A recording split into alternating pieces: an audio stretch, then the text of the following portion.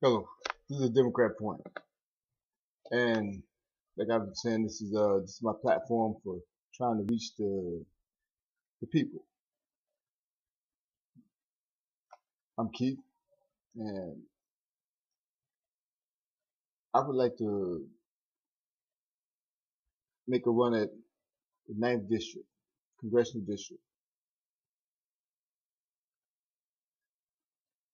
but I don't have much support, and I know I'm not going to get support from the leadership. And one of the reasons why is because I have kind of diverse ideas. I'm kind of outspoken. You would think that that would be a good quality in a potential candidate or a candidate who would somebody, who they want somebody to represent, you know, who stand up, not afraid to speak the values of being a Democrat, not afraid to say I'm a Democrat. I'm not a liberal. I'm not a conservative. I'm not this or that. I will not allow myself to be boxed into that. I am a Democrat. A lot of people fear that, especially when there's a message to be said and the message to be delivered and somebody who can actually voice that message. And now that that's being said, I want to get into this scenario that's going on, the scenarios that's going on with the USF. Recently, at the last Christmas party that we had, and I've been saying this for a while now, that Republicans come up with things and they run on it. They make up things, they cause things, they break things, and then they run against it, say, oh, it's broken. Well, you broke it. USF. What's the big thing with USF? The big thing with USF is that it's something that they made up. Something that they want you to want you to focus on. There's 40,000, at least 40,000 alumnus and students from USF right here in this area. And every last one of them should send this state senate and every state, every conservative and Republican who have been voting against USF packing. They need to send them all packing. Not just USF, but all the local students, all the local schools, universities. Should send them packing. Because there's no reason to have this type of money taken from our educational institutions on primary and secondary and educational institutions. There's no reason for our universities and colleges to be taking these, having to endure these severe budget cuts, especially when the only thing that this administration and the state representatives, the majority party, has been doing for the last year and a half, going on 2 years, will be in 2 years, is making acidine decisions that have been bringing about this type of financial woes on the entire state of Florida. And they've been running against it. They ran on two things. And those two things primarily was what? Immigration reform was the first, and job creation. And they have failed in both of them. Now let's go back to USF. USF is something that, as I said in the Democratic Christmas party that was hosted by the East Hillsborough Democratic Club, when we had a guest speaker there, and I stood up and I said, look, they make up things or cause problems and conditions, and then they run against it. And I gave a primary example. One of the primary examples was the United States Post Office. You hear about conservatives and they want to shut down the United States Post Office, blah, blah, blah, this and this and this and this, right? But who broke the post office? They did. In 2006, the outgoing majority party, the Republicans, the so-called conservatives, they passed legislation to have the United States Post Office having to pay, 85 years into their retirement system in advance. 85 years. And then they say it's broken. Well, you broke it. USF. Jim Norman, because Greg Norman, as somebody brought to my attention, Greg Norman is the golfer. And I had a comment about Greg Norman not too long ago. So it's anyway, back to Jim Norman. Wow. State Senator Jim Norman and all these conservatives who are fighting to push a bill through to steal school USF out of $20 million more than any other state university is being screwed out of. That's why I said screwed out of. Yeah, excuse my language. No, you can excuse it if you feel. But you know, that's how it is. They said it's $100 million. Oh, but then they knocked it down to only $60 million, which is still $20 million more than any other state university, USF. So what did Jim Norman do? Jim Norman did nothing. He did nothing. But what did Jim Norman do? The things that he did do, that they're using USF to make it the poster child for the entire state.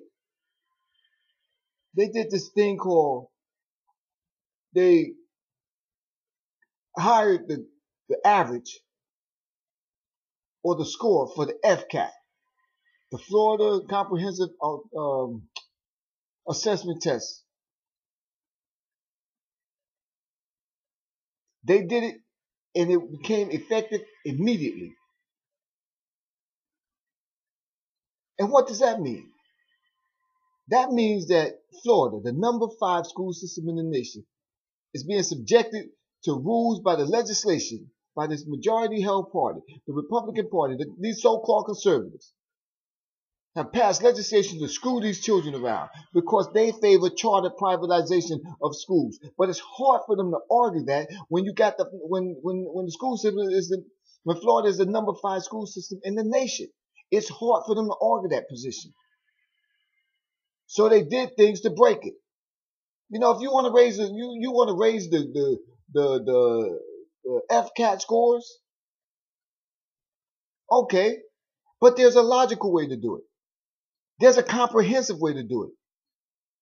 You don't say, okay, starting, and this is what they did in December. They raised these scores. They passed in the Florida legislation to raise the scores by 45 points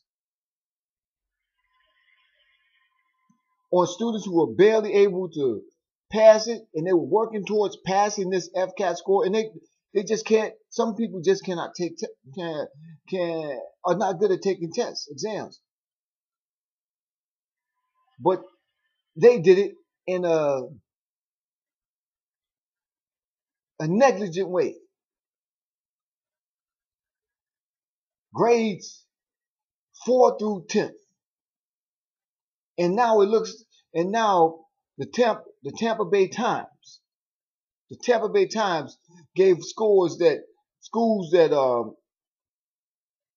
A-rated, a lot of them are going to take hits.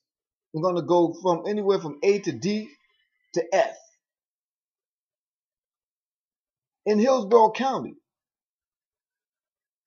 alone, there are over 100 A-rated schools. After this, it's projected that those number of A-rated schools will drop from 100 to around 60 something. That is ridiculous. It was stupid the way they did it. And you know what's crazy about it? Parents still vote for these clowns. Parents still vote for a Jim Norman because Jim Norman voted for that. And every other Republican in the majority party in Tallahassee voted for it, both in the Senate and the House. And the governor signed it in, passed it through. It's ridiculous. But they want to use USF. I understand. I understand what it's all about. You need to understand what it's all about. USF is just something that they threw out there. Yeah, they said, let's take a shot at a USF because Jim Norman still looks to have a good chance of passing. of being elected again. Because parents still are going to vote for them. Teachers are still going to vote for them. Law enforcement is still going to vote for them. The same law enforcement, teachers, and parents who are getting screwed over. They're screwing your kids over. Parents, teachers, they penalize you 3.5% of your salary. That's $350 for every $10,000 you make. That's $350. If you make it $30,000, that's $1,050 for the year that they take it from your salary. Law enforcement, the same thing. You've got to be stupid to vote for them. If you are a parent and you're concerned about your children, your welfare, your children, the education of your children, you have got to be stupid. A parent would have to be, yes, I said it, to vote for them. If you are a teacher or an educator, you have got to be stupid to vote for them people. Jim Norman. As well as any congressperson, any Republican congressperson that's here right now, that's in office or was in office or is the incumbent, who's in their second term. Because these very same congresspeople, the very same state senators, these so-called conservatives, have a record of doing what's stupid. And is a stark contradiction to what's needed to be done in order to make Florida and the United States a better nation, a better state, and a better nation. There was a way that they should have done it, but they didn't do it. I'm trying to get access to the survey that they sent out. They paid an independent source to give them ideas, to provide them with data on what to do to make the Florida school system better. I've heard that it's out there and that the data that they gave them, they went totally against it. Apparently they have paid hundreds of thousands of dollars for an independent auditor, somebody, a contractor, to come up and give them information, suggestions on how to make it better. But they did it completely opposite. You got the Hernando County. I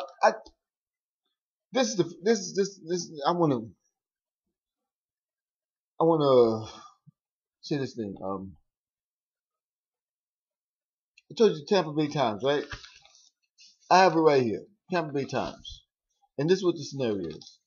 Tampa Bay Times have a printout and they have a listing of the counties. They have the grades, the A, the B, the C, the D, and the F. And what they show is that the legislation that they passed in December regarding the FCAT scores, or the FCAT, raising of the FCAT line, will cause, the ramification that will cause a lot of schools to lose their A status. As I said, the B schools will go down to C, the C will go down to D, and the D's will go into the F, the failure states, which then allows the Florida state, from what I know, or from what I understand, to then disallow or allow them to hold back funding for those schools. It's asinine, because they then could give that funding to chartered schools. So the question is, what are you going to do about it? Our leadership remains silent. It's like, oh, I have, in my heart of hearts, I'm going to tell you straight how I feel. I have no confidence in it. No confidence. Congratulations, Mayor Buckhorn, for winning. But Mayor Buckhorn won because he did it. Because he would not back down, kowtow, or run. But look at the other candidates that we have. They will not even bring this up. They will not make this an issue. Jim Norman, after all that controversy he went through from the last election, from this past election that he went through, it's irrelevant. It's the stuff that he's done so far. Bill Ackes, Mr. Nice Guy, who is constantly in Congress, voted against the Florida constituency that he was elected to serve.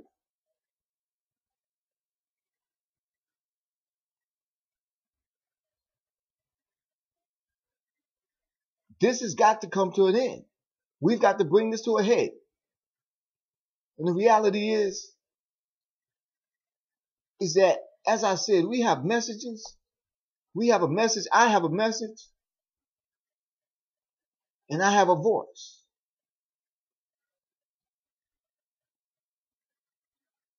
And this is a platform which I'm using to get out to you. I need 7,000 signatures. Right now, I'm not really out. But I will be getting what I need to get to try and acquire the signatures to get on the ballot for the 9th Congressional District in Florida. Because we can no longer sit back and hope that our leadership will lead. Because they live on the premise or along the thought line, well, it's like the person who has a lot of experience, the older person who has a lot of experience, who the younger person won't hire because they're afraid that they may take their job. So the whole business suffer. This is how it is. And I just want to go and restate what I'm saying. USF, for them to attack USF, and for any USF grad or alumnus or student to stay silent, well, you get what you pay for. For every action, there is a reaction. For all USF alumnus, if you do not go out and vote, for those who are going to support your alumni, your alma mater, then you're disloyal. For those parents whose children start to rebel and get out of control and unruly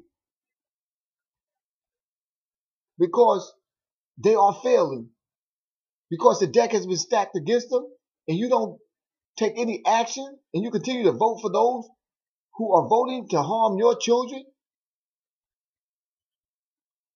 then don't cry.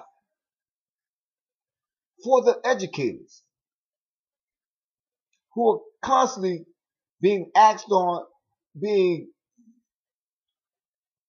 underappreciated, and for those civil service workers, the law enforcement who votes for these conservatives, when there's an alternative, a clear-cut alternative, then y'all deserve to suffer. I hate to say it, but that's the reality. I'm Keith. Like I said, I love to run for the 9th District of Florida, Congressional District. And this is a Democrat point. And thank you.